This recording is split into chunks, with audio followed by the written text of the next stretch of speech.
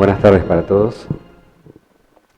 Es una alegría, un verdadero placer encontrarnos una vez más entre amigos y en familia. Y pasa el tiempo, lo seguimos diciendo y así lo sentimos, de verdad. Y es hermoso ver cómo crece la familia del cuerpo y la del alma. Sabrán a lo que me refiero. Crecen las familias del cuerpo y las del alma también. El día de hoy vamos a tratar un tema que está basado en este libro, precioso por cierto, Siembra de los Mediums.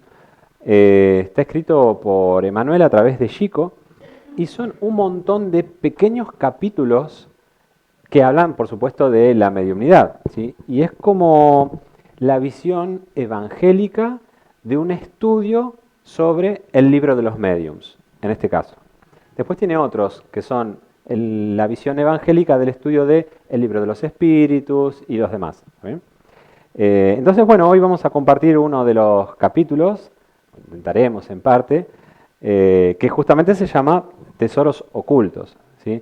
Y me encantó lo que mencionaba Claudio, que como parte de la jornada de hoy nos tomemos la idea o la propuesta de sintonizar con nuestros espíritus guías que nos están acompañando ahora y que van a ver por qué ahora hablamos de esto, ¿sí? Muy bien. Este por aquí, ahí va. Tesoros ocultos.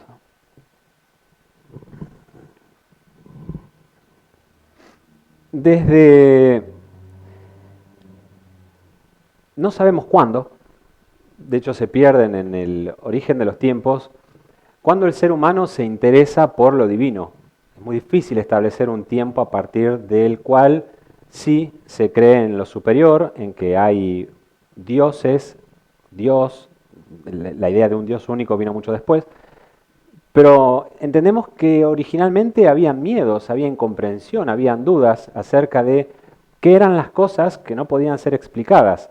Imaginemos, siquiera el fuego, los truenos, los rayos, las tempestades, el porqué del crecimiento de los animales, de las plantas, en fin.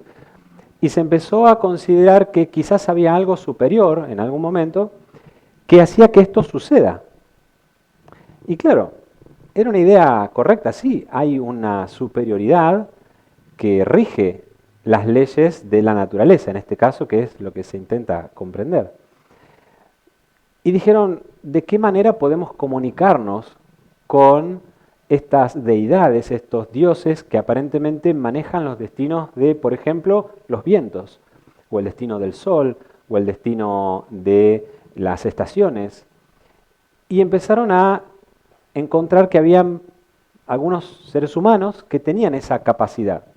Hoy los conocemos como mediums, pero en otros momentos tenían otros nombres, y aún hoy también se los puede llamar de otras maneras, pero como espíritas nosotros entendemos que son mediums. Y cuenta la historia, bastante tiempo antes de Jesús, que tampoco se sabe cuándo exactamente, pero sin duda más que 600 años antes de Cristo, el dios Apolo, que era uno de los dioses más importantes de Grecia y de Roma, llegó a una zona en la cual había una gran serpiente que estaba custodiando ese lugar. Y lo que hizo este dios, Apolo, fue matar a esta serpiente. Según la bibliografía, dicen que es una serpiente, un dragón, en fin, tenía una forma alargada, alas o no, escupía fuego o no, no lo sabemos. Pero el punto es que la mata. Y cuando la mata hay un término en griego que es paitos, que significa pudrirse, y la deja pudrirse a este animal mitológico. De ahí viene que a las serpientes se le llame python o pitón. De ahí viene originalmente el término. Qué interesante, por lo menos para mí. Que yo, de hecho, hay un lenguaje que utilizo para programar como parte de la forma en cómo me ganan la vida, que es Python. Yo no sabía que era Python. Bueno, los pitones vienen de ahí, de las serpientes, claro, pero de este lugar, de esta mitología, de esta idea que se tiene de que Apolo mató a esta serpiente, a este dragón y lo dejó pudrirse. Y de ahí viene también la idea de las pitonisas, que vienen de ese mismo principio, de ese concepto. Y cuentan que en Delfos se formó un oráculo, los oráculos eran templos, y dicho sea de paso, se llamaba Delfos porque cuentan que Apolo se transforma en una suerte de delfín y va en busca de distintos buques, de distintos navíos, para traer gente y poblar en ese lugar donde se iba a terminar formando este gran templo conocido como Delfos, que Delfos es Delfín. Y entonces ahí nace este gran lugar, gran oráculo, así se le llama, y habitan en él sacerdotes y pitonisas. Originalmente las pitonisas eran mujeres vírgenes, jóvenes, y cuentan que después tuvieron que cambiar de estrategia porque eran muy atrayentes de otro tipo de intereses y las cambiaron por mujeres ya casadas y adultas. Convenía más, dice. Bueno, por lo menos duraban más, dice. En fin, la cosa es que lo que propusieron es que las personas podían ir y consultar a los dioses, comunicarse con los dioses, en este caso con el dios Apolo, depende de cada oráculo, era con qué dios iban a comunicar, y este era muy famoso. No importaba mucho el lugar, la dinámica era más o menos parecida en todos los oráculos, en todos los templos.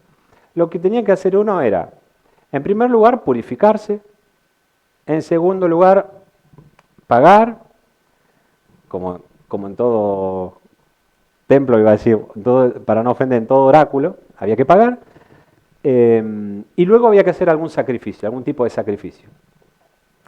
Y de ahí, de acuerdo a si los sacerdotes consideraban que era digna la persona, entraba como una suerte de bolillero y al azar se elegía quienes iban dentro de los dignos, a preguntar.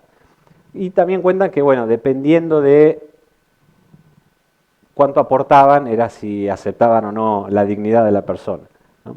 Y así sucedía que se armaban grandes fortunas, grandes tesoros, grandes tributos que se aportaban para obtener información.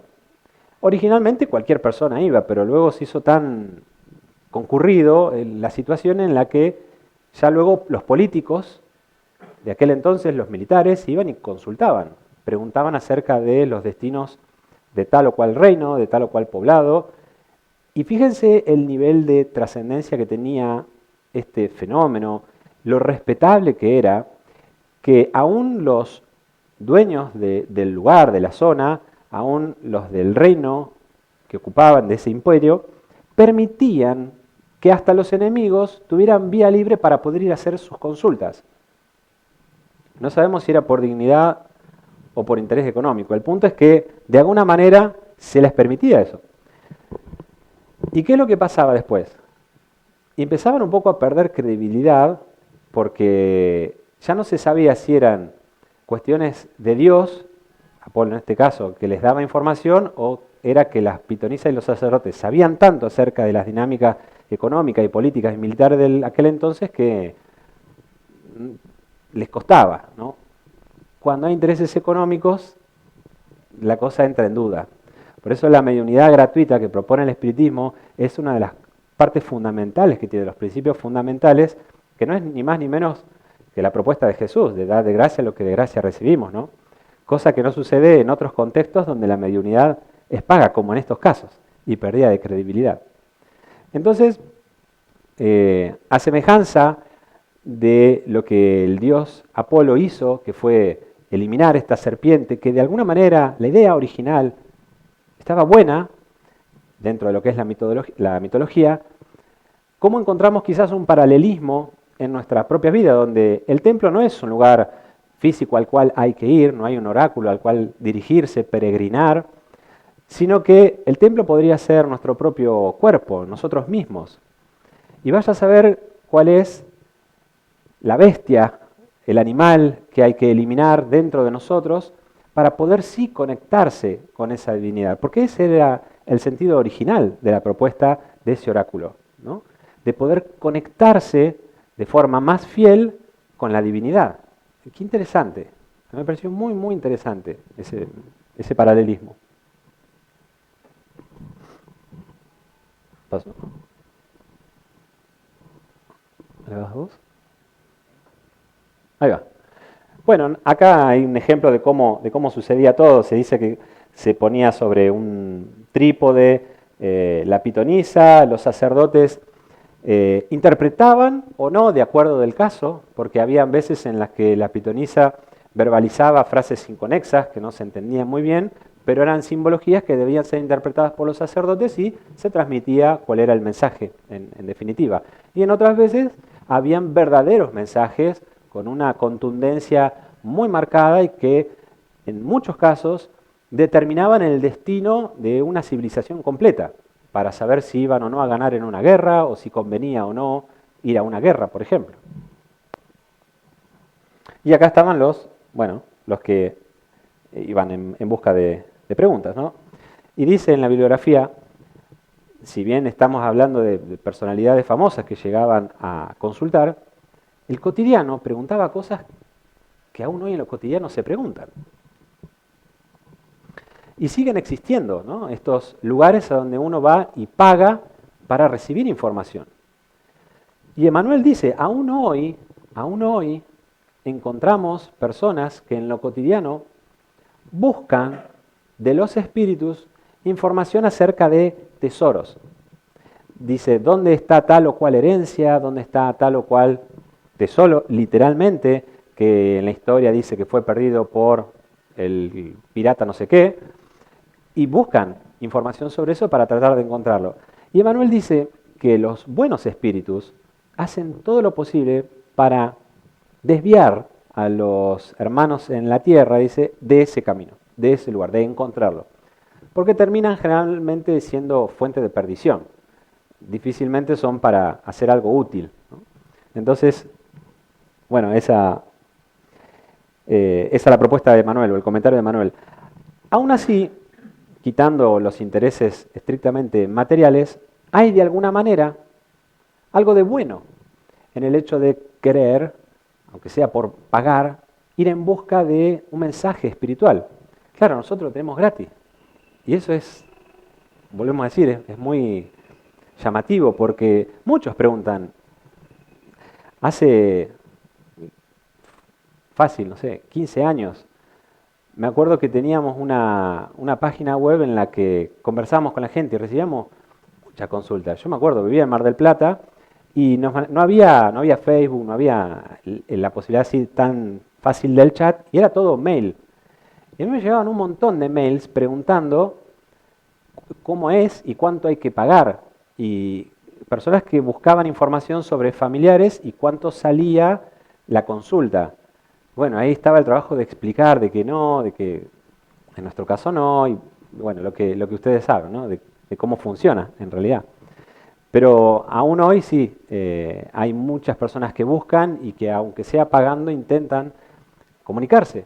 Imagínense, ¿quién no quisiera saber información sobre un ser querido? Y hasta quizás pagaría lo que fuera. Y bueno, hay lugares donde sí, a veces se aprovecha de eso.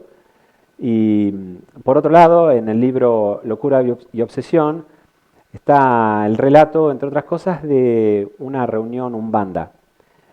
Y uno dice, bueno, una reunión umbanda, también algo que no es de lo más puro desde el punto de vista doctrinario, por cuestiones ritualistas, en fin, X cantidad de cuestiones que uno dice, no, esto no es espiritismo, no es kardeciano. Y sin embargo, en esos relatos se ve que, entre otras de las personalidades importantes que participaba de la reunión, estaba el doctor Becerra de Meneses. Y claro, los que están ahí, investigadores del mundo espiritual, Filomeno de Miranda, no entienden cómo se presta a una cosa así si nosotros venimos a estudiar locura y obsesión, cómo Becerra dice que Dios se sirve de cualquier lugar y de cualquier situación para, de algo que parecería ser un mal, sacar un bien. O de algo que parecería no ser lo más puro, sacar un bien. Y claro, es lógico. Si no, mirémonos a nosotros mismos. Nosotros estamos lejísimos de ser puros. Bastante lejos. No hay término para definir lo bastante lejos que estamos, diría. Y aún así Dios se utiliza de nosotros. ¿Por qué no de cualquier circunstancia en la que quizás a nosotros digamos, no, esto no es lo más puro desde el punto de vista doctrinario? Dios está en todos los lugares. Y de cada cosa, de cada situación, de cada persona, va a tratar de sacar lo mejor. Va a tratar de hacer que se descubra el tesoro que hay dentro de esa persona, dentro de ese lugar, dentro de esa situación. Siempre funciona así. Me hacía la imagen de seguramente la habrán visto, hasta se ha usado en alguna de estas charlas, de esa florcita, esa foto de una flor que sale en el medio de las piedras. No sé si lo han visto en internet, está muy difundida ahí. Y si no, bueno, salimos afuera y vemos el tren y al lado del tren, del desastre del tren que genera, salen flores. Y así es la naturaleza, así es Dios. De cualquier desastre que nosotros podemos llegar a hacer, logra de alguna forma que salgan flores. Es así. Hay una serpiente muy grande que hoy está ahí dando vueltas, que es la serpiente del materialismo. La quisimos representar con esta imagen que de alguna manera representa, al menos en mi forma de verlo, insatisfacción. Una persona como indiferencia, insatisfacción, distracción, ¿no? En busca de cosas que siempre tienen que ver con materia, cosas materiales. La persona, nosotros, nos distraemos. Empezamos a considerar que afuera están los tesoros, a semejanza de los que iban en busca de información. Buscamos afuera cuando, como decía hoy Clau, que sea la propuesta de esta reunión conectarnos íntimamente con nuestro guía espiritual sin necesidad que vayamos al templo de Delfos, al oráculo de Delfos. ¿Sí? Porque ahí está. No es en las cuestiones materiales, está íntimamente en nosotros. Está ahí, está ahí. Ahora volvemos a la otra. Quería primero repasar este tema. Nosotros tenemos dos grandes... Tenemos, a ver, ¿cuántos tesoros quieren decir que tenemos? Los que quieran. Pero lo simplifiqué de alguna manera en dos cuestiones. En inteligencia o razón y en bondad, en bien, en moral, en amor, por poner dos aspectos, ¿sí? Una forma de generalizar.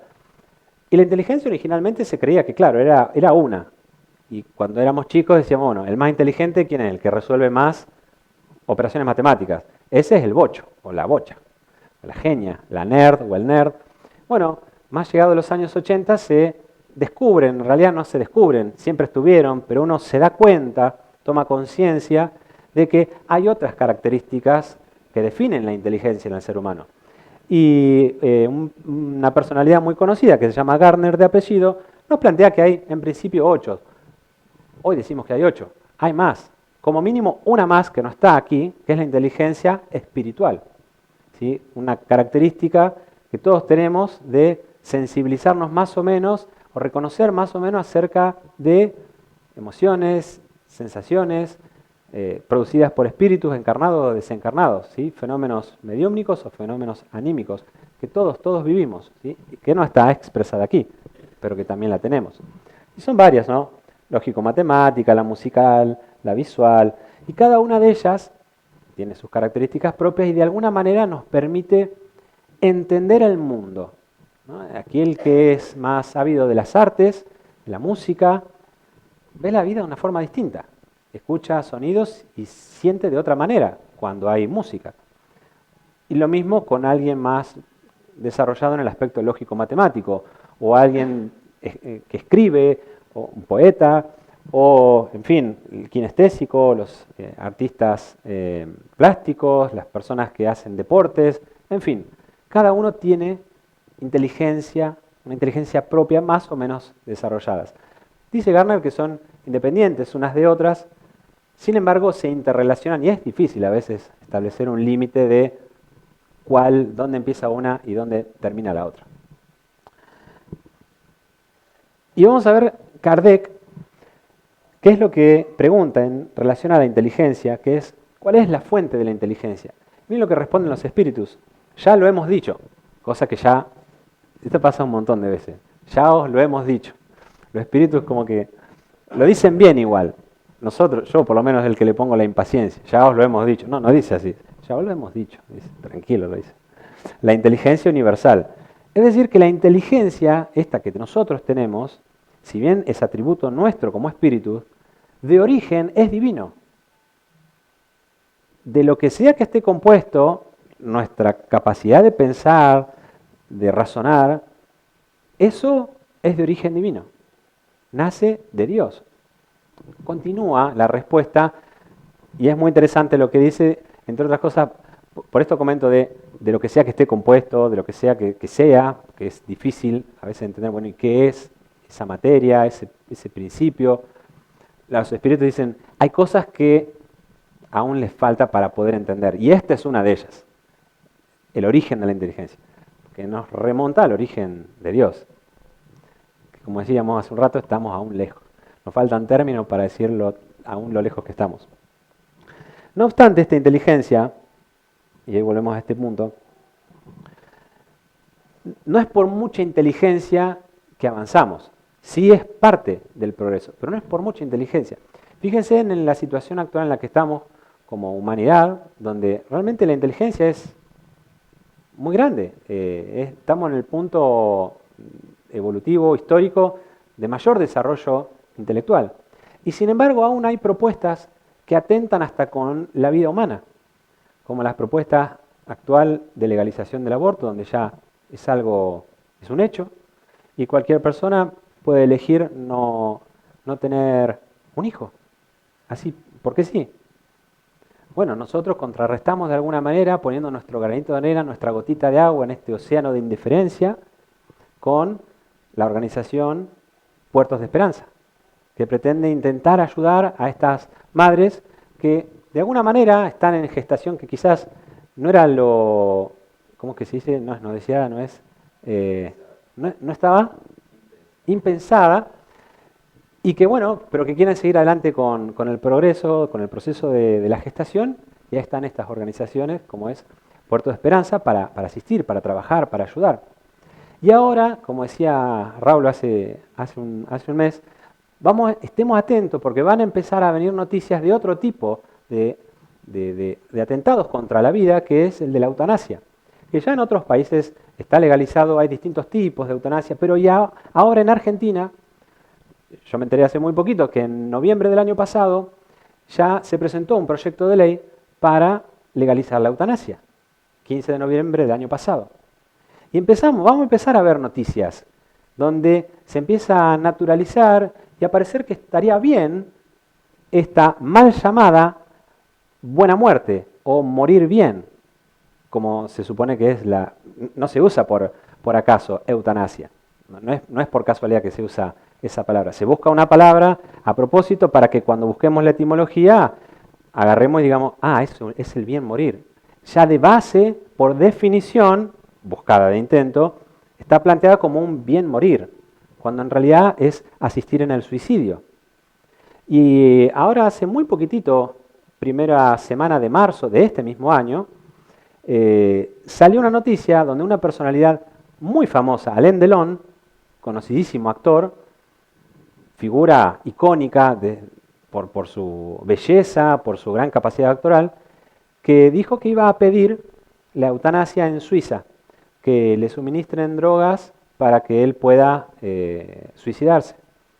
Porque la vida ya no tiene sentido, porque ya está en una situación de una enfermedad incurable, su esposa ya murió y, en fin, los argumentos que casi pasan a un segundo plano, pero que se muestran en las noticias como que debemos apiadarnos de este pobre hombre que está sufriendo y propiciémosle lo que quiere.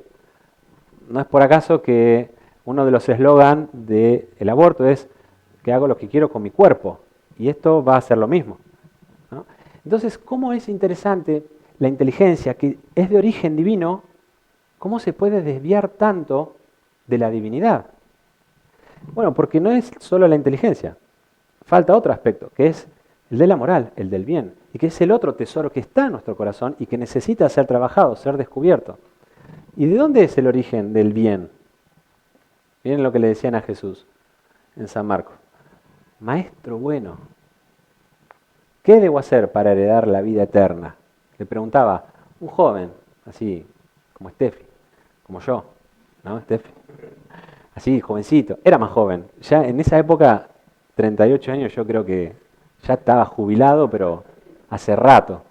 Bueno, este era un joven deportista muy rico, y que tenía mucha fama, que hacía esas corridas de carruajes en los juegos, en fin, era una personalidad inclusive famosa en esa área, ¿no?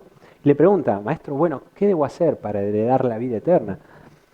Y Jesús le dice, ¿por qué me llamás bueno? Solo Dios es bueno. Jesús diciendo eso.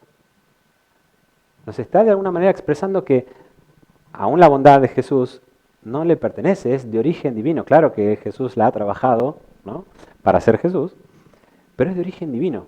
La inteligencia o la razón, el bien, la bondad, el amor son de origen divino y los tenemos, nos atraviesan. Cuando se dice que hemos sido creados a imagen y semejanza de Dios, es esto. No es que Dios es como nosotros, se hace viejito y tiene barba y está sentado. No, es que la esencia nuestra es divina. Y hay tesoros que aún no hemos descubierto. Y en la medida que los vamos descubriendo, nos vamos maravillando cada vez más acerca de quizás lo poco que nos conocíamos, de lo mucho que tenemos por delante a fin de conocernos para servir cada día más.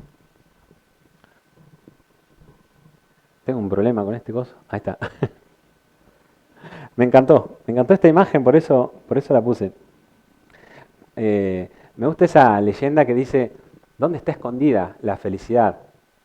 El fin último del ser humano. Y que algunos duendecillos traviesos plantearon distintas propuestas de dónde esconderlo para que el ser humano nunca lo encuentre. Y unos planteaban que sería en la montaña más alta, o en el fondo del mar, o en otro planeta. Pero claro, el ser humano curioso, investigador e inteligente iba a llegar. Ha habido hasta las cimas de las montañas, o investigarían las profundidades del mar, o hasta iría a otros planetas algún día, como hoy ya sucede, y finalmente encontraría la felicidad. Hasta que uno más inteligente, por falta de corazón, dijo, mejor escondámoslo en el lugar donde nunca lo van a estar buscando, que es dentro de ellos mismos. Porque van a estar tan distraídos viendo dónde está la felicidad afuera, que no se van a dar cuenta que la tienen consigo. Muy inteligente era ese duendecito. Y miren, lo que quise ya compartir sobre el final de esta charla era algunos pequeños extractos de lo que Manuel trae en el libro. Y dice esto: cada criatura humana aparece en la cuna para descubrir los talentos de que es portador, a fin de ayudar a los demás como una valoración de sí misma. Me pareció fantástico lo que plantea. Y acá está el punto clave. Esta es la misión de todos los seres humanos, todos los que estamos acá y los que no también. Todos nosotros vinimos a la cuna para esto, para descubrir cuáles son esos talentos que están en nosotros. Y obviamente para desarrollarlos y compartirlos a fin de servir a otros. Y de esa manera, sirviendo a otros, siendo útiles a otros, es como nos valoramos a nosotros mismos. Es un mecanismo divino, muy bien pensado, porque es gracias al intercambio de nuestros tesoros que se empiezan a valorar. Claro, es lógico, ¿no? Porque ¿de qué sirve un tesoro que está enterrado? ¿Para qué? No le sirve a nadie. El tesoro cobra valor cuando lo empiezo a usar, y ahí vemos el valor que tiene, cuando intercambiamos, ¿no? Me pareció fantástico. Tiene una profundidad psicológica este concepto determinante. Es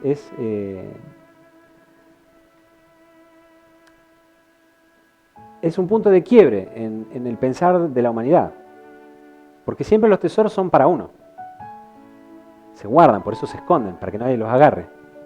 Porque si no me los roban. Cuando en realidad los verdaderos tesoros son para compartir, para usarlos para el servicio del otro.